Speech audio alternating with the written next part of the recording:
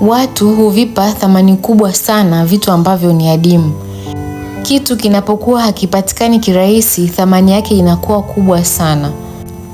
Na ndio uhalisia, kwa sababu kitu kama hakipatikani kirahisi, watu wanatumia nguvu kubwa kukitafuta, na hata wakikipata wanakiheshimu, wanakitunza, wanakitumia vizuri, kwa sababu wanahofia kwamba kikiisha au kikipotea au kikiondoka au kisipokuwepo ni shida zaidi kukipata. Kwa hiyo lazima kitatunzwa. Hiyo ni nature ya kila binadamu. Hata na wewe mwenyewe ukijiangalia hapo ulipo, unampenda sana, unahangaika sana kumpata huyo mpenzi wako, kwa sababu huyo mpenzi wako ni mtu adimu sana. Si mwepesi, hapatikani kama watu wengine ambao wanakuja wewe huwataki, wanakutafuta huwataki. Maana hao wengine wapo available. Ila huyo ni mtu ambaye anaringa, hapatikani kirahisi, kupata muda wake pia ni kazi, au yeye kukupatia upendo wake pia ni jambo gumu kidogo, au anakupa upendo mdogo sana. Kwa hiyo huyo mtu ni adimu sana kwenye maisha yako. Ndio maana wewe unahangaika sana ili uweze kumpata, ili uweze kupata ile vision yake kubwa, ili uweze kupata ule upendo wake mkubwa. Una struggle kwa sababu vitu adimu, watu adimu ndio watu wenye thamani sana. Na uhalisia ni kwamba wewe kwenye akili yako na moyo wako tayari umempa thamani kubwa sana huyo mtu, ndio maana unahangaika. Saa nyingine unakosa usingizi kwa sababu ya kumfikiria yeye. Saa nyingine unashindwa kufanya kazi kwa sababu unafikiria namna ya kuweza kuwini upendo wake, namna ya kuweza kufanya ili upate mahusiano mazuri na yeye, namna ya kuweza kufanya ili aweze kukupa attention yake, ili akupe muda wake, ili akupe upendo, akupe chochote kile ambacho unakitaka. Na wewe unatumia nguvu kubwa sana, unampa vitu vingi, unajitahidi kumpa zawadi, upendo mwingi, una risk.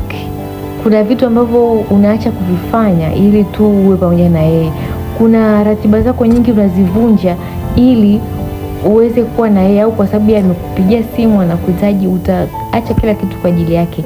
Hiyo ni namna ambavyo umempa thamani kubwa sana huyo mtu, na unamuona ni wa thamani kwa sababu ni mtu ambaye hajiweka kwenye hali hiyo. Sasa hivyo jinsi alivyo, wewe pia unaweza kuwa.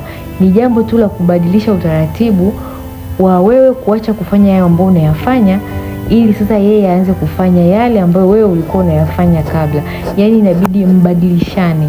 Wewe ukianza kuwa kimya kama ambavyo yeye anakaa kimya, yeye atakutafuta. Wewe ukianza kupunguza hizo message, kuacha kupiga simu, yaani ukaacha kufanya baadhi ya vitu ambavyo umevizidisha sana kwake na yeye anazidi kupotea.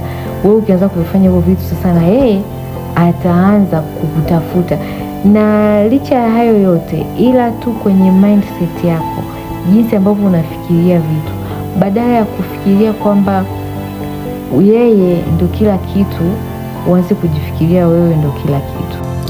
Badala ya kufikiria na kuogopa kwamba yule mtu hatarudi kwenye maisha yako, una mawazo kwamba itakuwaje, atarudi lini, mtaongea lini.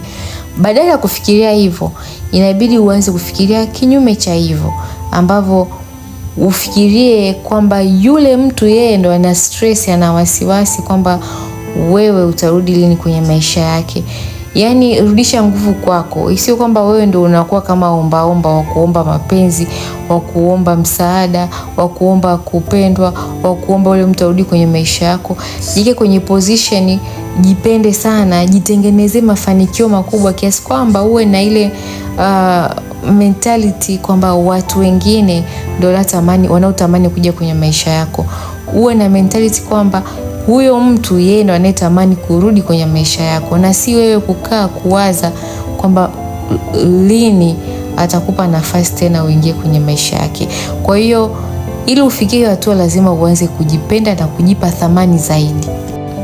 Na utayapa thamani maisha yako kwa kuendeleza mazuri kwenye maisha yako, kwa kutengeneza maisha yako yavutie, yawe mazuri.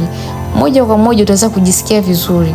Yaani utakuwa unaona kwamba kila mtu anatamani kuingia kwenye maisha yako.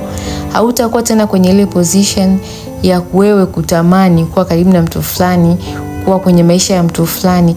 yani utakuwa unaona kwamba wao ndio wanaotamani kuingia kwenye maisha yako. Kwa hiyo ni muhimu sana kwako wewe kujipa hiyo thamani, kujiinua tena na kufanya maisha yako yapendeze. Yani wewe ndio uridhike na vile ambavyo maisha yako yalivyo, kiasi kwamba usiruhusu tena kuanza kulia na kubembeleza watu wengine ambao hawataki kuwepo kwenye maisha yako kwa muda huu. Tengeneza maisha yako yakae vizuri, jiamini, jipende, na si lazima kwenye issue za kifedha tu. Yani ile wewe unavyojichukulia, unavyojipenda, unavyojikubali, unavyojiamini, unavyojua kipi cha kuhangaika nacho na kipi cha kukiachilia kwa sasa. Hapo thamani yako itazidi kuwa juu, itakuwa vizuri, na watu wengine wataanza kuvutiwa na wewe, wataanza kukuthamini wewe kama vile ambavyo ulikuwa ukiwathamini wao mwanzoni.